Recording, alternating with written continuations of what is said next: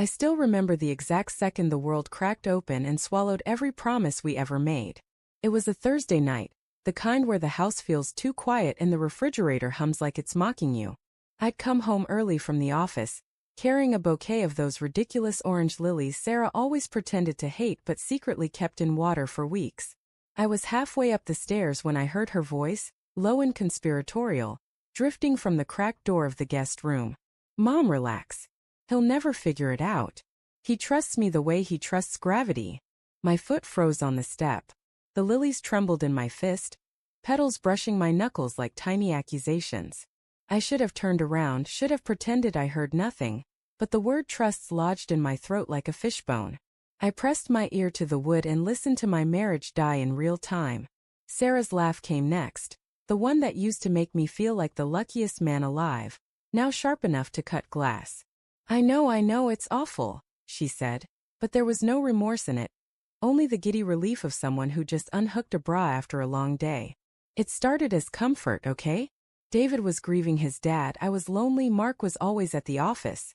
One glass of wine turned into 3, and suddenly I'm in the passenger seat of David's truck with my skirt around my thighs and his mouth on my neck." My stomach lurched. David, my college roommate, the best man at our wedding who'd toasted to a love that outlasts us all. I pictured his smug grin, the way he clapped me on the back and said, "You hit the jackpot, buddy." The lilies slipped from my fingers and scattered across the carpet like crime scene evidence. I didn't burst in. I'm not that guy. Instead, I stood there paralyzed, cataloging every memory for signs I'd missed. The late-night book club meetings that left her smelling like cedar and someone else's cologne. The way she'd started locking her phone even when she went to the bathroom. The sudden interest in yoga pants that hugged her ass like a second skin. Each recollection was a fresh stab. But the worst part was how ordinary it all felt. Sarah wasn't a villain twirling a mustache. She was the woman who still made my coffee exactly 2 sugars and a splash of oat milk, who cried at SVA commercials, who once drove 3 hours to hold my hand when my own father died. How do you square that with the voice on the other side of the door saying, "I love Mark, I do, but David makes me feel like I'm 25 again"? I backed down the stairs, retrieved the lilies, and shoved them into the trash compactor like I could pulverize the truth along with the stems. Then I sat on the kitchen island and waited, palms sweating, heart ricocheting against my ribs.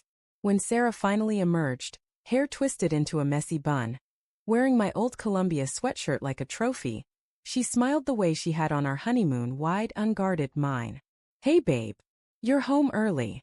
She kissed my cheek, lips soft and tasting faintly of mint gum. I wanted to scream, to grab her shoulders and shake until the lies fell out like loose change, but I just said, "Traffic was light," and watched her pour herself a glass of the Cabernet we'd bought on our Napa trip. The same trip where she'd whispered, "I want to grow old with you and still want to jump your bones." I wondered if David had been in the vineyard that day, lurking behind the tasting room, waiting for his moment. The next weeks were a masterclass in self-torture. I became a detective in my own life, scrolling through her Instagram likes at 2 a.m., noting which photos David commented on with fire emojis. I checked her Apple Watch location history and saw a pin dropped at his apartment building 3 towns over. I even sniffed her scarves like a bloodhound, hunting for traces of his laundry detergent. Every discovery carved another chunk out of me, but I couldn't stop. Love, I learned, is a stubborn bastard. It clings even when the house is burning. I still cooked her favorite lemon ricotta pancakes on Sundays. I still reached for her in bed, then pretended I was just adjusting the blanket when she flinched away. The worst night was when she came home flushed and glowing, claiming spin class, and I found a parking receipt for a hotel garage time-stamped an hour before. I sat on the bathroom floor and cried so hard I threw up, then brushed my teeth twice so she wouldn't smell the bile. I hired a lawyer before I hired a therapist. His name was Richard Park, a wiry Korean guy with a voice like gravel and zero patience for bullshit. I slid the folder across his desk, bank statements showing cash withdrawals I never authorized, screenshots of texts she thought she'd deleted, the hotel receipt with a lipstick smudge the exact shade of her favorite Dior. Richard flipped through it all without blinking. "You want to confront her or you want to win?" he asked. I didn't know anymore. Winning felt like losing either way. But I nodded because surrender wasn't in my vocabulary yet. We set the trap carefully. I kept playing the devoted husband, planning a surprise anniversary trip to the Amalfi Coast, even booked the same villa where we'd conceived our daughter Lily, who was now away at college and blissfully unaware. Sarah's eyes lit up when I showed her the confirmation email, and for one treacherous second I almost believed we could rewind. Then Richard called me into his office for the final piece. "I need you to ask her one question on speakerphone," he said. "Record it. Don't deviate from the script." The question was simple, devastating in its precision. "Sarah, if I told you I transferred $50,000 into an account under your maiden name for Lily's grad school, would you know which bank?" I practiced it in the mirror until my voice stopped shaking. That night, after Lily FaceTimed to show us her new apartment, I waited until Sarah was relaxed on the couch, feet in my lap, wineglass half empty. "Hey," I said, casual as discussing the weather. "Hypothetically, if I moved some money for Lily's future, say 50 grand under your maiden name, you'd know the bank, right?" She froze just for a heartbeat, but it was enough. Her toes curled against my thigh. Probably Chase?" she guessed, eyes flicking to the TV. I hit record on the app Richard installed, thanked her, and went to take a shower so she wouldn't see my face crumble. The next morning, Richard played the clip in court. Sarah sat across the table in a navy blazer, looking smaller than I'd ever seen her. Her lawyer, a slick guy named Ethan who probably billed by the smirk, leaned in to whisper something. Then Richard stood, adjusted his tie, and delivered the line that ended us. "Your Honor, the account in question was opened at Wells Fargo 3 days after Mrs. Harlan's first withdrawal. Here's the signature card with her maiden name, and here's the transfer from the joint account Mr. Harlan never authorized." But the clincher?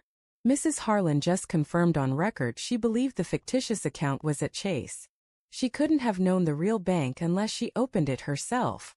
The room went still. Sarah's mouth opened, closed. Her mother sitting behind her. Aged 10 years in a second. Ethan scrambled, but the damage was surgical. The judge's gavel was almost gentle, like putting a dying animal out of its misery. I didn't gloat. I didn't even look at Sarah as the terms were read. Sole custody of the lake house, the 401k split down the middle, her car, my dignity in tatters but intact. Outside the courthouse, the October wind whipped dead leaves around our ankles. She caught my sleeve before I reached the parking lot. "Mark," she said, voice raw. "I never meant. I waited. I owed her that much." Tears tracked mascara down her cheeks. I got scared. Of getting old, of being ordinary. David was a hallucination. You were real, and real started to feel like a cage. I studied her face, the tiny scar above her eyebrow from when we tried to install a ceiling fan drunk on our first anniversary. I wanted to hate her cleanly, but hate is a luxury for people who never shared a mortgage and a miscarriage and a child's first steps. "I hope he makes you feel 25 forever," I said and walked away. The lilies were long compost by then, but I still smell them sometimes, phantom orange and funereal, reminding me that trust is a house of cards and love is the breath that knocks it down.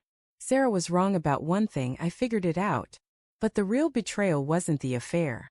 It was realizing the man she whispered about, the one who'd never suspect, was never me to begin with.